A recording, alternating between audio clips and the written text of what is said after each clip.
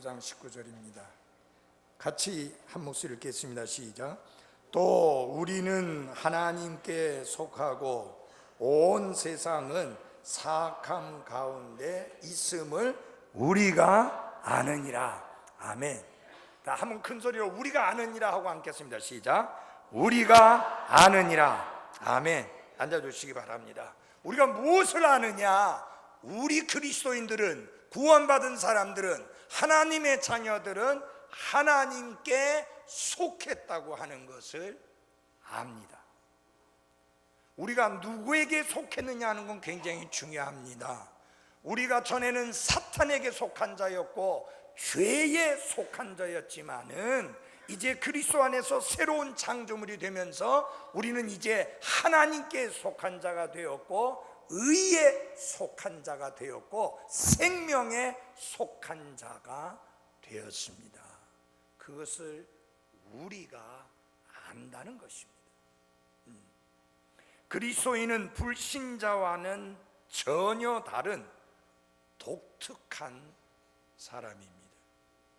그래서 우리가 이 사실을 마음속에 감사함으로 받아들일 때에 하나님의 말씀, 특별히 신약 성경을 읽으면서 우리는 많은 위로와 위안을 받을 수가 있습니다. 왜 우리가 세상으로부터 미움을 당하는가? 왜 세상은 우리를 싫어하고 핍박하고 힘들게 만들고 대적하는가? 우리가 독특한 사람들이기 때문에 믿지 않는 불신자와는 전혀 다른 사람이기 때문에 그들은 세상에 속한 자이지만 우리는 하나님께 속한 자이기 때문에 저들이 우리를 핍박하고 대적하고 박해하는 것입니다. 여러분, 요사이 이 IS의 그 행동들이, IS 사람들이 하는 짓거리들이 정말 도를 한참 넘어 정말 상상을 초월할 정도입니다. 얼마 전에 나이지리아에서 150명의 그리스도인들을 죽였습니다. 그들이 제일 미워하는 사람들이 누구냐? 이스라엘 사람들하고 그리스도인입니다.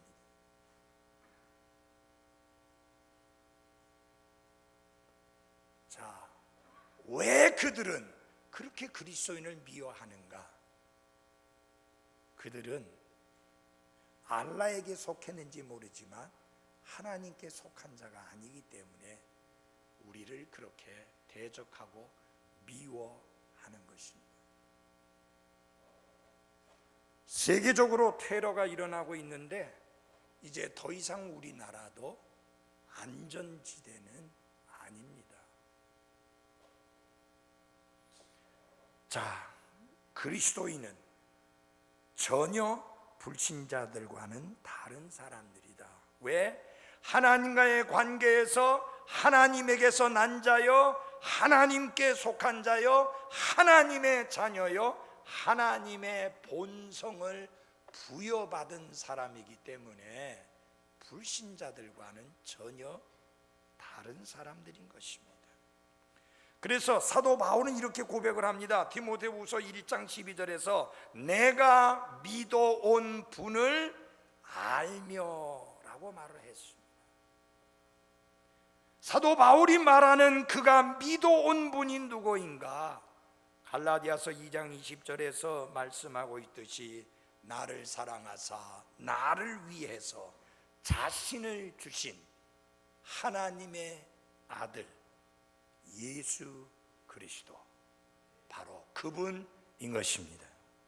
우리가 이제까지 믿어온 분이 누구냐?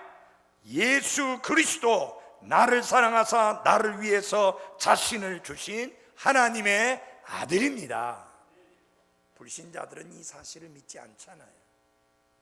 우리는 이 사실을 믿는 독특한 사람들입니다. 이제 우리가 하나님께 속했으니까 하나님의 가정에 속한 사람이 되었는데 이제 어떻게 살아야 되느냐? 하나님 아버지께서는요, 여러분과 저에게 모든 것을 풍성히 주사 누리게 하시는 분이라고 디모데전서 6장 17절에 말씀하고 있습니다. 그 누린다는 말이 영어로 뭐라고 해되어 있느냐면요, to enjoy라고 되어 있습니다. 여러분, 흔히 생각할 때 이 enjoy 한다 하면은 나쁜 것들만 생각을 해요. 무슨 술 먹고 춤추고 놀고 흥청거리는 그런 것들만이 엔조이 하는 것으로, 누리는 것으로 생각하는데, 성경에는 누린다는 말씀이 자주 언급되고 있고 분명히 언급되고 있는 게 사실입니다. 하나님은 여러분과 제가 하나님이 주신 모든 것을 풍성히 누리게 되기를 원하십니다. 즐기게 되기를 원한다, 그 말이에요. 하나님이 주신 것들을. 자, 그러면은 하나님께서 우리에게 주신 것이 많은데 그 하나님이 주신 그 모든 것들을 풍성히 주어서 누리게 하시는 그 하나님이 주신 것이 무엇이냐, 우리가 누려야 될 하나님의 축복들이 무엇이냐 하는 것입니다. 그 첫째 하나는요, 우리가 하나님 가정의 자유를 누려야 하는 것입니다. 이 로마서 8장 12절로부터 18절까지 말씀에 보면은 어떤 단어가 나오느냐면은 입양이라고 하는 단어가 나옵니다. 여기에서 나오는 우리와 하나님 아버지와의 관계 속에서 이 입양이라고 하는 이 단어는 흔히 서구 사람들에게서 보는 입양과는 좀 다른 것입니다. 자, 서구 사람들이 입양을 잘합니다. 우리나라 사람들은 입양을 잘 안 해요. 근데 서구 사람들은 입양을 정말 잘합니다. 근데 입양하는 아이들을 보면은 멀쩡한 아이들보다는 불구자 아이들, 그런 아이들을 입양을 잘하더라고요. 한 번은 제가 그 에스턴 펜실베니아에 갔을 때, 그 제일침례교회 갔을 때 그 교회의 성도가 입양한 아이를 보게 됐는데, 그 아이는 한순간도 가만히 있지 않고 막 이렇게 몸을 흔들고 떠는 아이예요. 눈도 제대로 못 뜨고 눈도 뒤집어져 있어요. 곧 숨이 끊어질 아이 같은 그런 아이예요. 그래서 제가 물어봤습니다. 아니, 당신 자녀가 아니고 입양한 아이라고 하는데 왜 건강하고 튼튼한 아이들 다 놔두고 왜 이렇게 힘든 아이를 입양했느냐. 그러니까 이렇게 말합니다.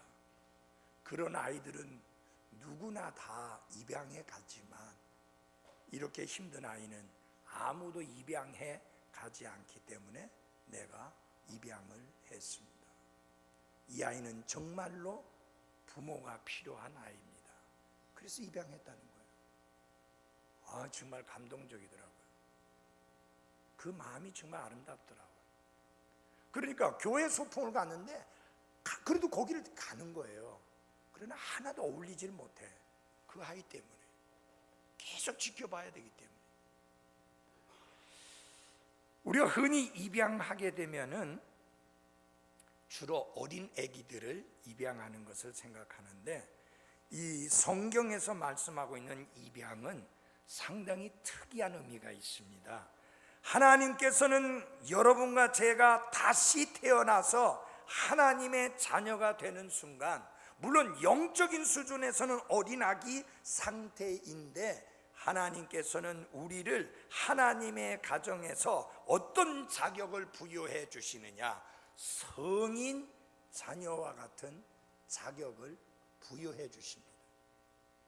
그러니까 이 말은 무슨 말이냐면은 성인 자녀로서 아버지의 것을 물려받아 누릴 수 있는 자격이 있는 자로 대해 주신다, 그 이야기예요. 자, 여러분, 우리가 하나님의 가정에 들어갈 때 입양에 의해서 들어가는 것이 아니라 다시 태어남에 의해서 들어갑니다. 왜냐하면 입양된 자녀는 그를 입양한 부모와 똑같은 본성을 갖고 있지 않기 때문입니다. 자, 우리가 하나님의 가정에 속하게 될 때에 다시 태어남을 통해서 들어가게 됨으로 말미암아 하나님 아버지와 똑같은 본성을 우리가 소유하게 되는데, 베드로후서 1장 4절에서 하나님의 본성에 참여한 자가 되었다, 그렇게 말씀하고 있습니다. 자, 그래서 이제 우리가, 여러분 잘 보십시오. 다시 태어남을 통해서 하나님과 똑같은 본성을 가지고 하나님의 아들로서의 자격을 가지게 되었는데, 또 다른 입양이라고 하는 것은 뭐냐? 하나님의 가정에서 하나님께 속한 자로서 우리가 어떤 신분에 있느냐 하는 것을 보여주는데, 성인으로서 아버지의 것을 몽땅 다 물려받아서 누릴 수 있는 그런 자격을 가진 그런 신분의 사람으로서 하나님께서 받아주신다 하는 이야기입니다. 좀 더 이해를 돕기 위해서 여러분, 예를 들어 보면은 아기가 태어났을 때 자기가 아기라는 사실을 아나요, 모르나요? 모릅니다. 자기 부모가 누구인지 아는가요? 모릅니다. 자기 이름이 무엇인지조차도 모르고 어느 날 어느 시에 태어났는지도 전혀 모릅니다. 예. 자, 그뿐만 아니라 설사 아빠를 알아보는 것 같다 하더라도 말은 전혀 하지 못합니다. 그러나 여러분, 우리가 하나님의 아들로 다시 태어나는 순간에 우리는 하늘 아버지가 누구인지를 압니다. 그리고 우리가 어떤 신분의 사람이 되었는지도 압니다. 내게 무슨 일이 일어났는지도 아는 것입니다. 그뿐만 아니라 하나님을 아버지라고 부를 수도 있습니다.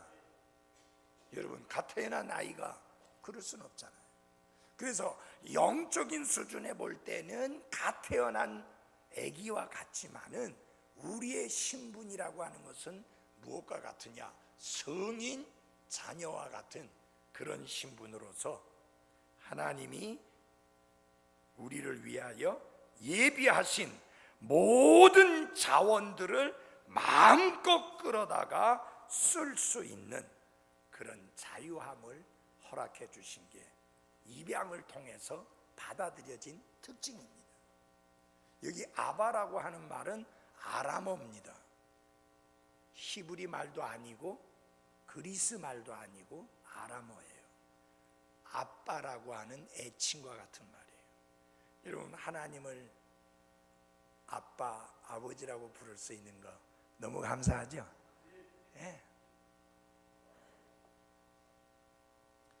그래서 우리는요, 하나님께서 우리를 위해서 예비해 주신 모든 자원을 마음껏 끌어다 쓸 수 있는데, 하나님 아버지와 함께 동행할 수 있고, 하나님 아버지께 말씀드릴 수 있고, 하나님 아버지의 말씀을 들을 수 있고, 하나님의 영을 따라 살아갈 수 있는 자유함도 있습니다. 그래서 우리가 하나님의 가정에 속하게 될 때에, 잘 보세요, 이미 어른이 된 자녀처럼 그렇게 우리가 놀라운 특권을 누릴 수 있는 자로 받아들여진다라는 사실입니다. 아까 우리가 점심 먹고 나서 이야기하는 중에 요새 캥거루족에 대해서 이야기를 했어요.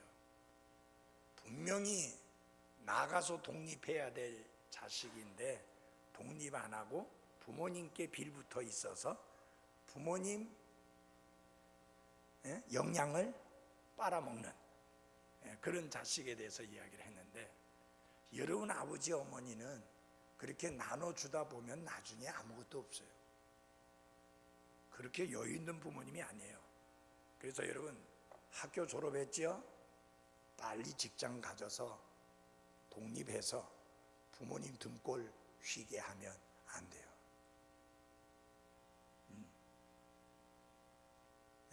우리 교회는 그런 사람 없어요? 다행이네. 내 아내가 우리 교회는 전혀 없다고 막 사례를 흔드네.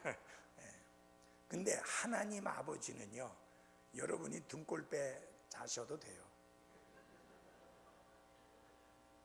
하나님 너무 넉넉하신 분이에요. 여러분, 너희가 얻지 못하면 구하지 아니하기 때문이에요.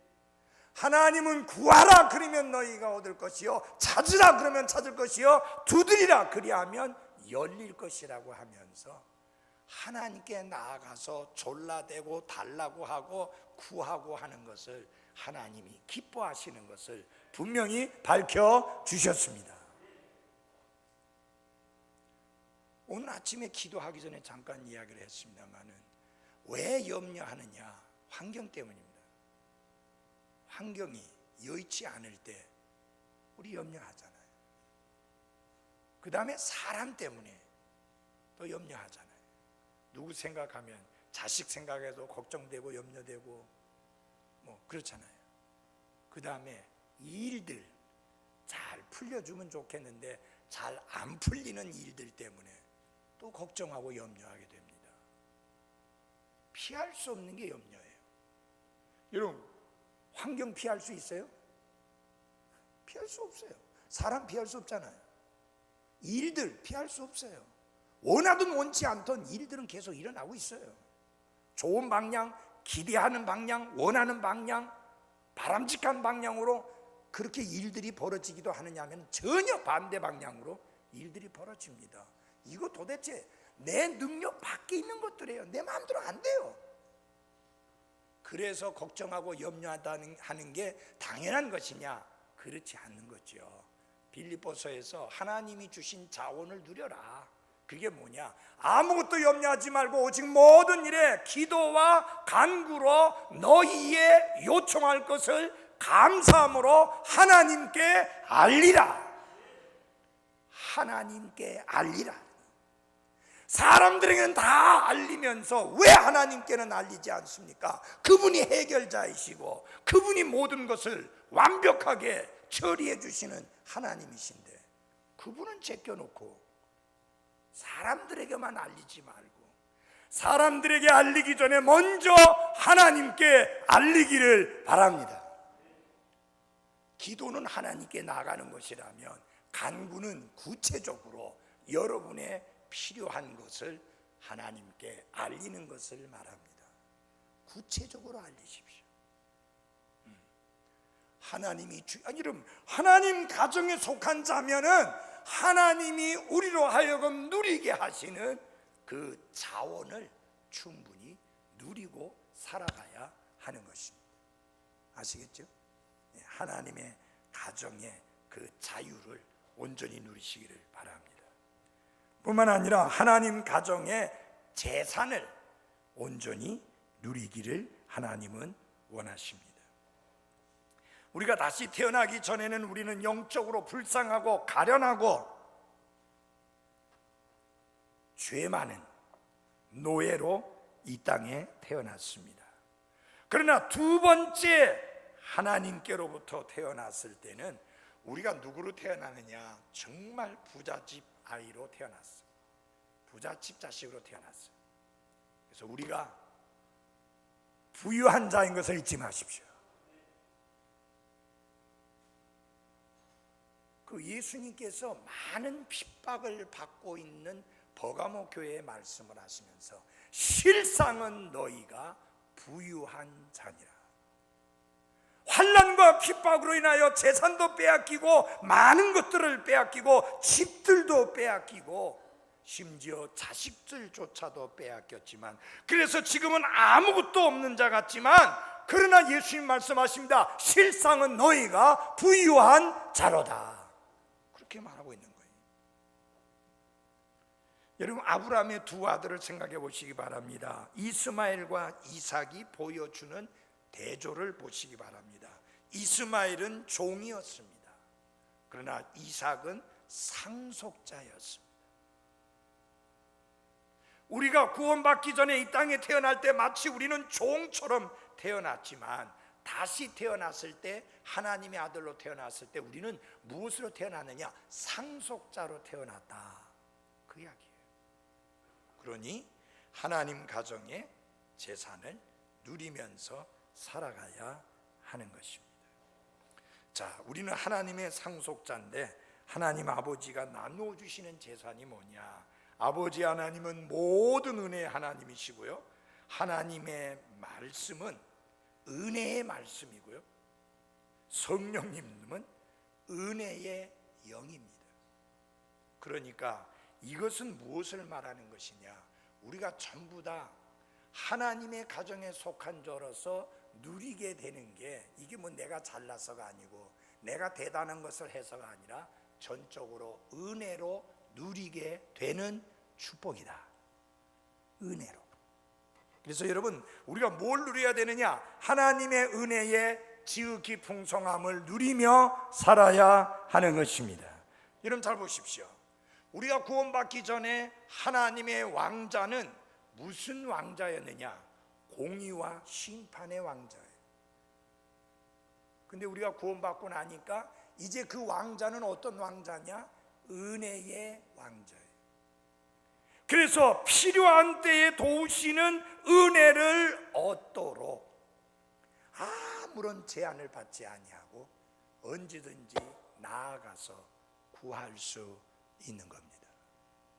그래서 여러분, 하나님의 자녀들이 하나님의 말씀을 통해서 그리스도 안에서 내가 어떤 은혜를 누리고 있는 사람인지를 알고, 누릴 수 있는 사람인지를 알고 그 은혜의 풍성함을 누리며 살아가는 나와 여러분이 되기를 바랍니다. 하나님은 은혜가 지극히 풍성하신 하나님. 여러분, 은혜는 뭐예요? 자격이 없는 자에게 값없이 거저 베푸시는 그분의 호의와 친절을 은혜라고 합니다. 자격이 있어서가 아니에요. 자격이 없는 자에게 거저 값없이 베푸시는 하나님의 호의와 친절이 은혜입니다.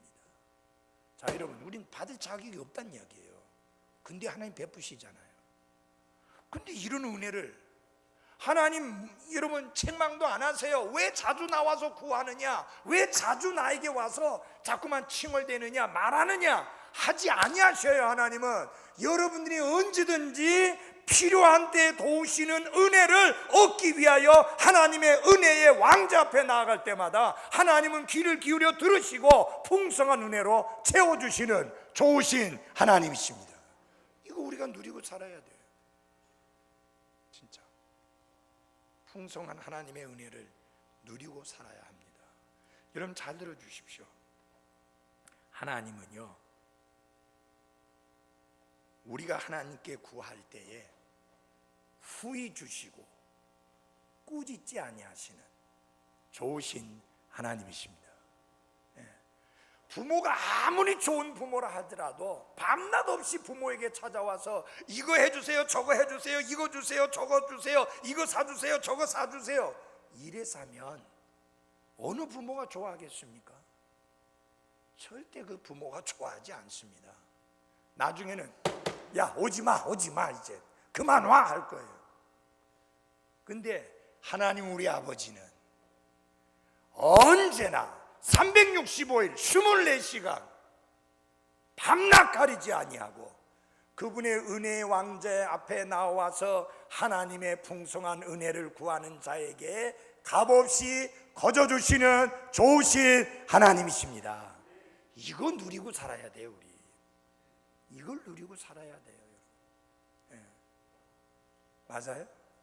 후히 주시고 꾸짖지 아니하시는 뿐만 아니라 하나님의 긍휼의 풍성함을 누리고 살아야 합니다. 여기 예레미야 애가에서 예레미야 대언자는 이렇게 말합니다. 주의 긍휼로 말미암아 우리가 소멸되지 아니하였으니 그분의 불쌍히 여기심은 끝이 없도다. 은혜와 긍휼은 서로 다른데요, 긍휼은 무엇이냐? 우리가 마땅히 받아야 할 것을 받지 않게 해주시는 게, 그게 긍휼이에요. 우리가 마땅히 받아야 될 게 뭐예요? 심판이에요. 하나님의 진노예요. 하나님의 저주예요. 하나님의 형벌이에요. 이거 우리가 받아 마땅한 죄인이에요. 근데 긍휼이 뭐냐? 그것을 받지 않게 하는 거예요. 그런데 긍휼만 있는 게 아니고 은혜까지 있으니까 자격도 없는 자에게 끔찍한 형벌 받아야 되는데 안 받게 했을 뿐만 아니라 놀라운 것을 거저 선물로 듬뿍 안겨주는 게 은혜다. 그래서 저는요, 이 말씀을 묵상할 때마다 정말 감사한 게 하나님이 은혜의 하나님인 것을 감사합니다. 긍휼이 풍성하신 하나님인 것을 감사합니다. 그래서 그분의 긍휼하심이 아니면 진짜 사역할 수 없어요. 내가 얼마나 실수를 많이 하고 내가 얼마나 하나님이 맡기신 것에 대하여 정말 죽기에 이르기까지 최선을 다하지 못하고 신실하게 하지 못한 부분들이 얼마나 많은데, 그럼에도 불구하고 하나님이 꽝 하고 때리시고 너 이제 그만둬 하고 쫓아내지 아니하시고 내치지 아니하시고 지난 45년 동안 계속 써주신 하나님의 긍휼에 감사를 드립니다. 그리고요, 내치시지 않는 것만으로 끝난 게 아니라 풍성한 은혜를 베푸셔서 이 사역을 감당케 해주시는 하나님의 은혜가 참으로 놀랍습니다. 돌아보면요, 전부 하나님의 은혜예요. 사도 바울이 고백한 그대로 나의 지금의 내가 된 것은 하나님의 은혜로다. 잊지 마십시오. 잘 풀린 거 하나님의 은혜예요. 건강한 거 하나님의 은혜예요. 안정된 직장 가지고 일할 수 있는 거 하나님의 은혜예요. 내 자영업 그래도 되게 잘 되지는 않지만 이 어려운 시대에 계속 이어갈 수 있는 거 하나님의 은혜입니다. 그거 알아야 돼요. 내가 잘나서가 아니고 내가 똑똑해서가 아니고 내가 대단해서가 아니고 내가 경영 능력이 뛰어나서가 아니고요, 전적으로 하나님의 은혜인 것을 잊지 마십시오. 세 자녀를 키우면서 자녀들의 삶 속에 일어나는 일을 지켜보면서 제가 하나님께 고백드릴 수 있는 것은 한 가지예요. 하나님의 풍성한 은혜 때문에 저들의 오늘이 있게 되었다. 그래서 전적으로 하나님의 은혜다 하는 사실입니다. 맞아요? 하나님의 은혜예요. 지들이 똑똑해서도 아니고 지들이 잘나서도 아니고 지들이 뭐 공부를 뭐 잘해서도 아니고 머리를 많이 써서도 아니고 정말 하나님의 은혜다. 그래서 제가 특별히 큰아들한테 하는 이야기 중에 하나가, 야 진짜 이름 정말 잘 지었다. 성은이잖아요. The grace of God, divine grace, 하나님의 은혜다. 이름에 걸맞게 그렇게 하나님이 그의 삶에 풍성한 은혜를 베푸시는 것을 볼 때 정말 하나님의 은혜라는 답 외에는 설명할 길이 없어요.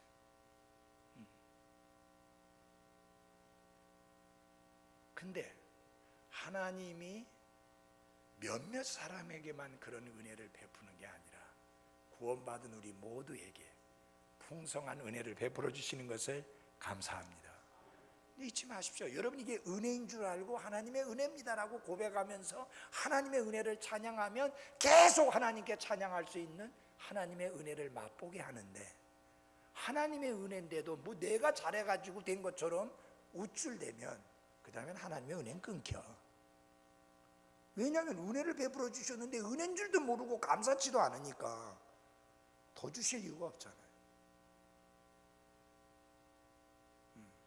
큰 은혜를 원하십니까?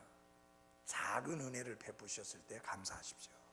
솔직히 말해서 하나님이 베푸시는 은혜 중에 솔직히 작은 은혜는 없어요. 다 큰 은혜인데, 그래도 우리가 생각해 볼 때 약간 비교해 본다면 작은 은혜를 베푸실 때 감사해야 하나님이 더 큰 은혜를 부어주신다. 그래서 제가 이 장로교인들 만나서 이야기를 하다 보면요, 진짜 그 사람들 그런 믿음도 없으면서 입에 밴 소리가 있습니다. 은혜입니다. 주의 은혜입니다.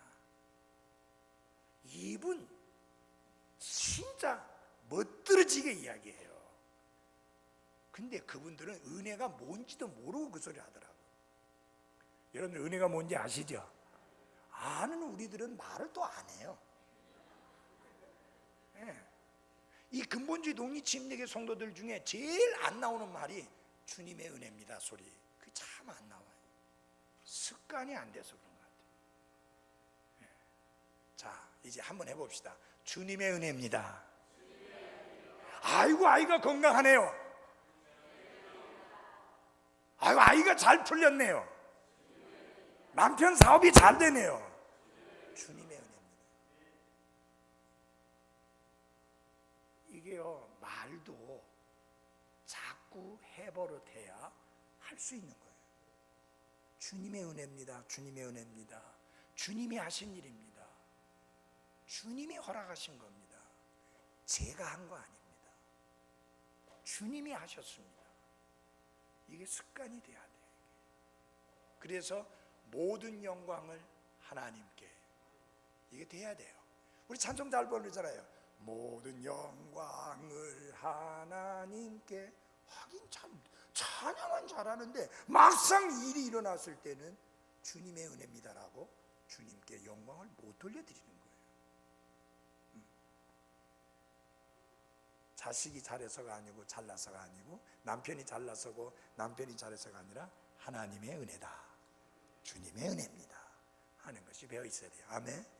우리 정기용 형제 오래 기도했는데 정말 부산에 올 수 있기를 정말 많이 기도했는데 드디어 내년 1월 달에 또 걸어서 갈 만한 자리 연산동에 올 확률이 지금 90% 이상이에요.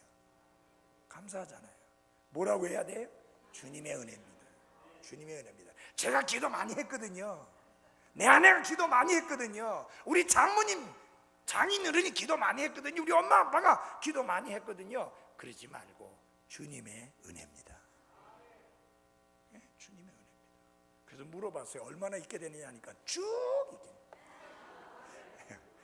그러니까 우리 주님의 은혜로 주영이 형제도 부산에 근무할 수 있기를 소원합니다. 그 일이 우리는 열심히 기도하고 나서 이루어졌을 때는 주님의 은혜라고 고백해야 됩니다. 우리 열심히 기도해서 우리 저 인서가 합격했잖아. 기도 응답이죠. 기도에 응답해 주셨는데 우리가 자격이 있어서 하나님이 기도에 응답해 주신 게 아니라 주님의 은혜입니다. 그런 거예요. 아니 우리 저 인서 위에 인이가 저 관광 회사에 다니는데 엄마 아빠 중국에 구경시켜 드리려면 돈 많이 드는데 또 무슨 회사가 이상하게 뭐가 뒤틀어지고 빵꾸나 가지고 그래가지고 가족별로 돈 안 들이고 중국 여행 갔다 왔잖아요. 예? 아, 그게 참 주님의 은혜예요. 아니 생각지도 못했었잖아요. 그러니까 주님이 하신 일 아니에요?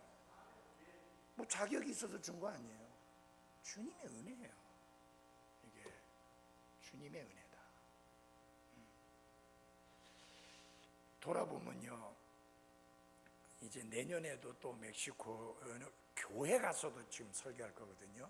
신학교에서 강의하고 내년에 스케줄은 그야말로 숨 쉬기가 힘들 정도로 빡빡하게 목요일 날 도착해서 하루 쉬고 금토 LA에 있는 그 최은주 목사님 교회에서 집회하고 그 다음에 또 월요일 날 저 페스코 워싱턴으로 날아가 가지고 3일 동안 근본주의 목회자 친교회에서 말씀 전해야 되고 그리고 또 돌아서서 멕시코로 날아가 가지고 멕시코에서 교회에서 설교하고 또 신학교 며칠 가르치고 쿠바 갔다가 LA로 다시 나와 가지고 LA에서 집회 인도하고 그리고 한국으로 돌아와야 돼요.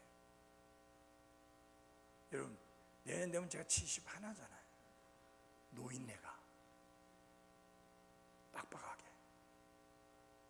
근데 지난 세월 속에 하나님이 저를 그렇게 여러 나라에서 쓰시고 다양하게 쓰신 게 생각해보면 저 공부 그렇게 안 했거든요.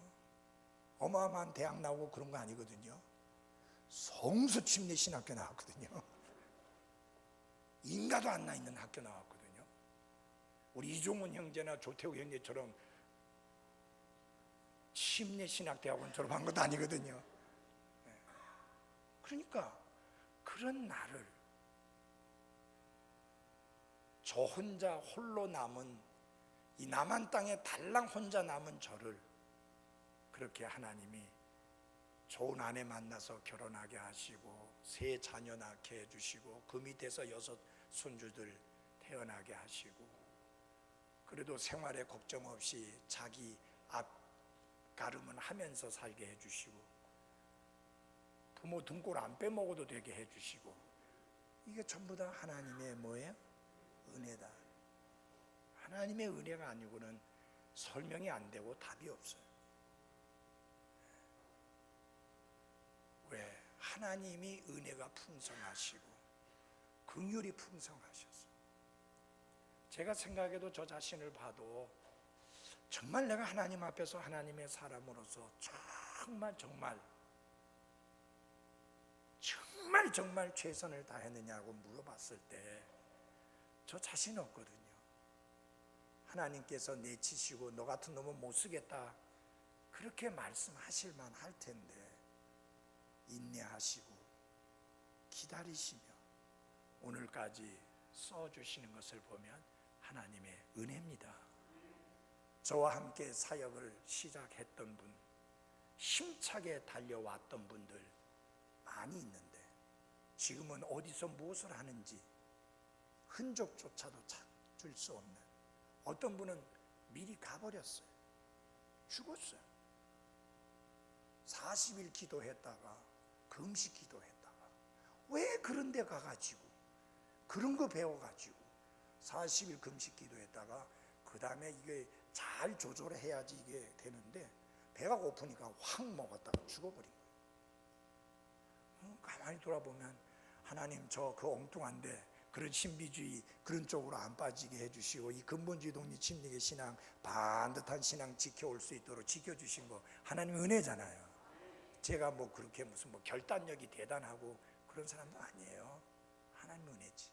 하나님 불쌍히 여기셔서 그렇게 해주셨다. 그래서 저는 그걸 참 하나님의 은혜를 많이 누리고 삽니다.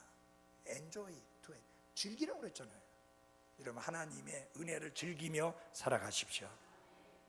그 다음에 하나님의 영광의 풍성함을 즐겨야 되는데, 빌립보서 4장 19절에 보면은 하나님의 영광의 풍성함이라는 단어가 나옵니다. 이것은 뭐냐면은 하나님의 부요하심을 우리의 것으로 주장해도 괜찮다고 하는 그런 뜻이에요. 하나님은 우리의 탐욕은 싫어하십니다. 하나님은 우리의 탐욕을 싫어하십니다. 근데 놀라운 사실은 우리가 필요로 하는 것들은 공급해 주시기를 기뻐하십니다. 여러분 절대로 하나님은 여러분과 저의 욕심을 채워주지는 않습니다. 버리십시오. 그거는 탐심은 우상숭배라고 말했습니다. 그러나 우리의 필요는 하나님이 그 부유하심의 영광에 걸맞게 우리에게 공급해 주시겠다고 약속해 주셨습니다. 여러분 필요한 것만 채워주시면 되는 거 아니에요? 맞아요? 필요한 것만 채워주시면 되잖아요. 여러분 왜 생활 속에서 힘들다는 말이 나옵니까? 필요한 것이 채워지지 않아서. 오늘 우리 아까 집사님들하고 같이 앉아서 다른 분도 같이 앉아서 이야기하죠. 우리가 지금 시급하게 저 교육관을 다시 짓지 않으면 안 되는 상황이에요. 저 겁이 나요. 이 나이에 시작하고 싶지 않아. 그래서 집사님들에게 집사님 어떻게 저 뭐 리모델링 해갖고 좀 이렇게 선박갖고 이렇게 안 되겠습니까? 했더니 목사님 안 됩니다. 건물 저기 벽돌로 지은 것도 아니고 콘크리트 해갖고 지은 것도 아니고 브로크로 지은 집인데 저거 30년 훨씬 넘은 집인데 안 됩니다. 이번에 안 하면 못 합니다. 나중에 부목사님 언제 저거 짓겠습니까? 하셔야 됩니다. 그래갖고 내보고 짐지래요. 그거 겁도 나요. 왜? 전에는 그래도 반 가까이라도 돈이 있었잖아요. 4억 5천 해서 공사할 때 2억은 있었잖아요. 지금은 600만 원이 있어요. 지금 600만 원 가지고 4억이 넘는 공사를 해야 된다고 하니까 이거 참 생각이 누구 말 맞다나 만감이 교차합니다. 어찌할꼬 싶은 게. 그래도 이거를 내가 우리 사랑하는 부목사님에게 이 짐을 띄워놓고 짐을 지고서는 안 되겠다. 덩치로 봐서는 질만한 짐인데 그래도 젊은 사람이 이 지도력이 바뀌면서 그 일을 추진하려고 하면은 이게 어느 천년이 될지 모르니까 힘든 짐이지만은 내가 지고 가야 되겠다. 뭘 믿고? 하나님의 공급하심에 부요하심을 믿고.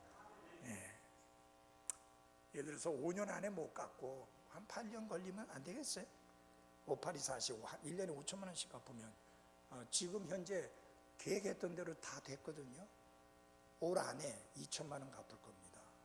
근데 사실은 2천만 원 갚는다고 하지만은 우리 이모친하고 홍자매님 나갈 때 그 전에 목사님 이자도 없는데 우선 먼저 교회 빚값 같은 것도 하시죠 해서 빚 갚았다가 이번에 나갈 때 다 해드렸잖아요. 우리 저기 장인재님 가정 저쪽에 머물러 있어요. 1,600만 원 그것도 해서 보내드렸잖아요. 지금 그것도 다 갚은 거예요 그게 지금. 그리고 6천 남았는데 올해 안에 2천만 원 갚을 겁니다. 감사헌금은 1,635만 원밖에 안 들어왔어요. 그 중에 한 400 정도가 약속이에요. 들어옵니다. 우린 100% 들어옵니다. 그러니까 그건 걱정 안 해.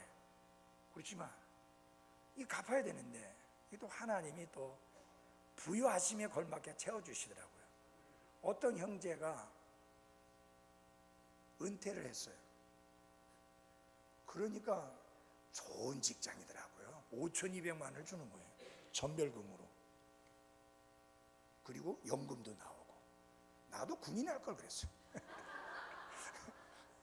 그래가지고 11조로 520만 원 하니까. 그러니까 아직 400 얼마 안 들어와도 갚을 수 있잖아요. 그죠?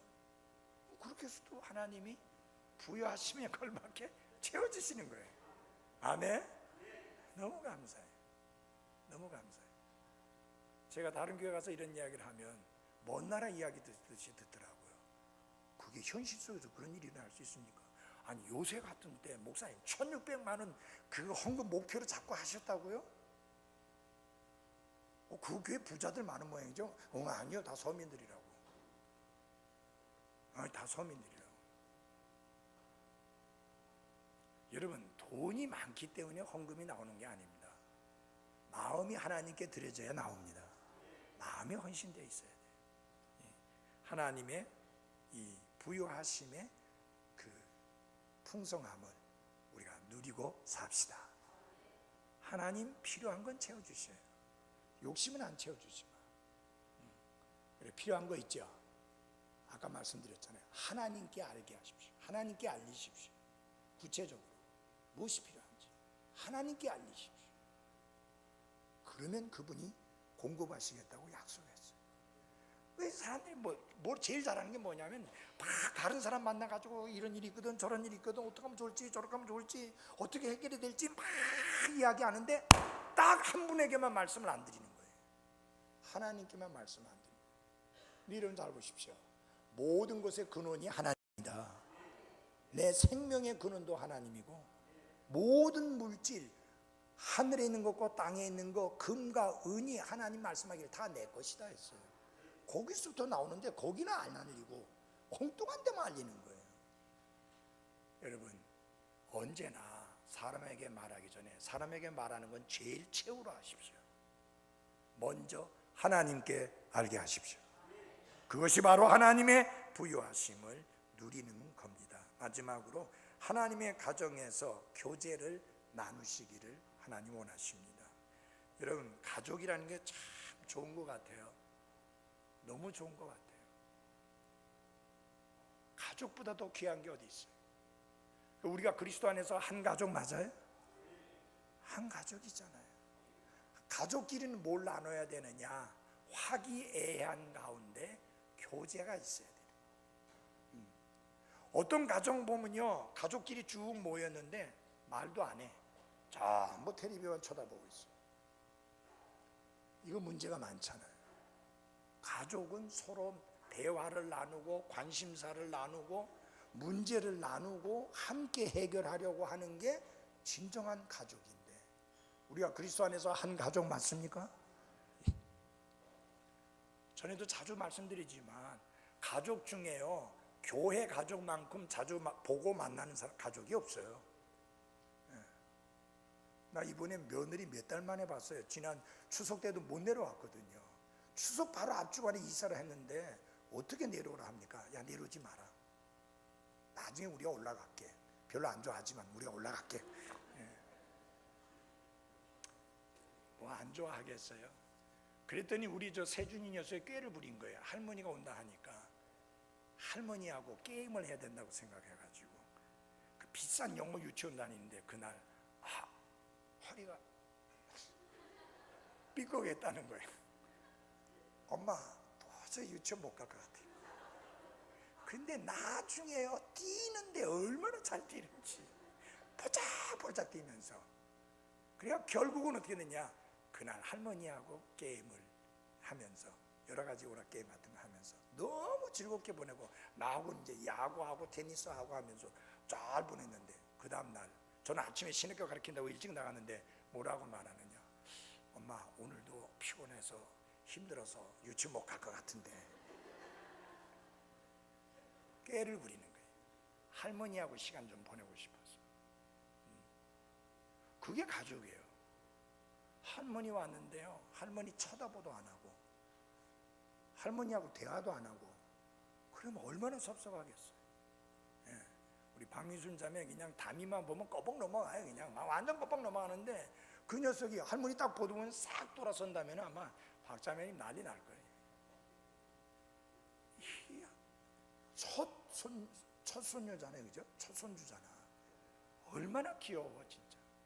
전에 우리 저 용빈이 처음 나가지고 첫 손주 왔을 때 진에서 오고 할 때 딱 이제 애기 딱 안오면 애기 안고 딱 들어오면 바로 아이만 안고 그 다음에는 뭐 딸이 왔는지 사유가 왔는지 그러니까 오죽 답답하니까 엄마 우리도 왔어요 그러더라고요.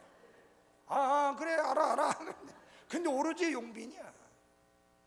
지금 제 아내는 지금도 용빈이에요. 첫 손주니까. 그게 가족이에요, 여러분. 그렇게 보고 싶고 만나고 싶고 관심 가지고 이야기하고 싶고 서로 돕고 싶고 세워주고 싶고 돌아보고 싶고 챙겨주고 싶은 게 그게 가족이다. 하나님 가정에서 하나님께서 이 놀라운 교제를 여러분과 제가 풍성하게 누리기를 원하십니다. 교제한다는 건요, 서로에게 관심을 갖는다는 말이고, 교제한다고 하는 것은 서로 돌아보는 것인데, 하나님은 따로 혼자 떨어져 있는 것을 기뻐하지 않습니다. 여러분, 아담 짓고 나신 다음에 뭐라 그랬어요? 사람이 독처하는 것이 좋지 않다. 그렇죠? 성경에 하나님 보시기에 좋았더라 했는데 한 가지만 좋지 않았어요. 아담이 혼자 있는 거예요. 그래서 함께 있을, 그래서 그 필요를 채워줄 배필, 헬프밋이 재미있는 거예요. 도움이 필요할 때 바로바로 채워주는. 여러분, 부인들 잊지 마십시오. 하나님 여러분 머리로 삼은 거 아니에요. 남편 잡아 흔들지 말아요. 아까 점심 먹으면서 이제 좀 이야기하는데 형제들 다 고백하는 게 그거예요. 요새 여자들이 너무 많이 흔든대. 남편 너무 많이 흔든대.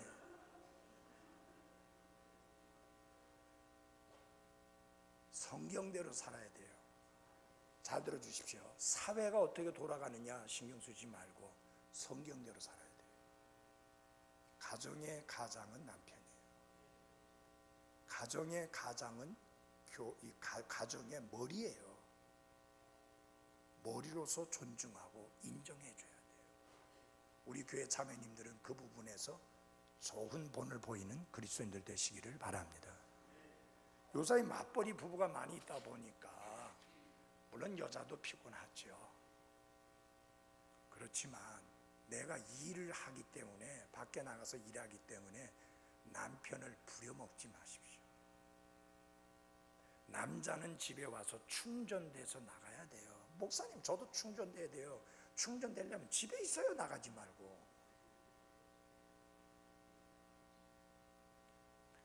나가는 한은 다른 소리 하면 안 돼요. 여러분은 대가를 지불하고 나가시는 거 아니에요. 목사님 남편이 뭐 충분하게 다 벌어오면 줘요. 그런 거 안 해도 돼요. 충분의 개념이 뭡니까? 여러분 남편이 1,000만 원 벌어온다고 넉넉하게 벌어오니까 이제 그만 벌어오라고 할 부인이 있어요? 없어요. 한 달에 3천만 원씩 벌어온다고 그래서 아이고 여보 너무 많이 벌어온다고 그만하라고, 가서 월급 좀 깎아달라 하라고, 그럴 사람 없어요.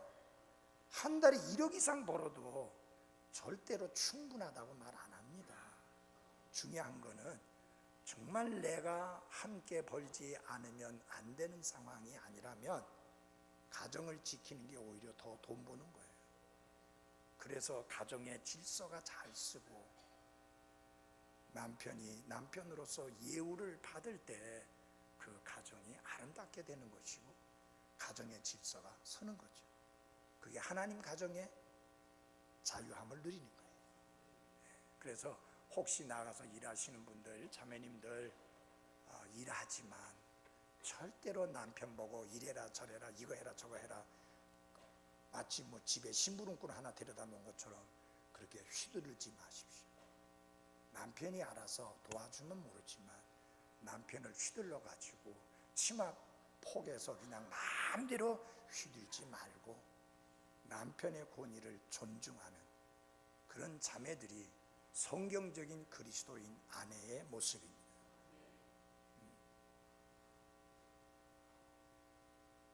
자, 우리가 누릴 게 많이 있죠.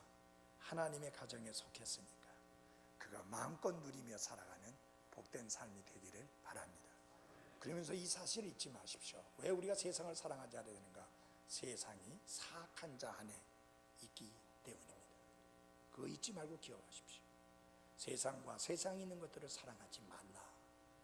왜? 그것이 안목의 정욕과 육신의 정욕과 이생의 자랑으로부터 나온 것이기 때문에 그런 것들에 마음을 빼앗기지 말라 하는 겁니다. 자, 우리는 하나님께 속한 자입니다. 잊지 말고 그 사실을 확실히 알고 누리며 살아가시기를 바랍니다. 기도하겠습니다. 하나님 아버지, 귀한 말씀 참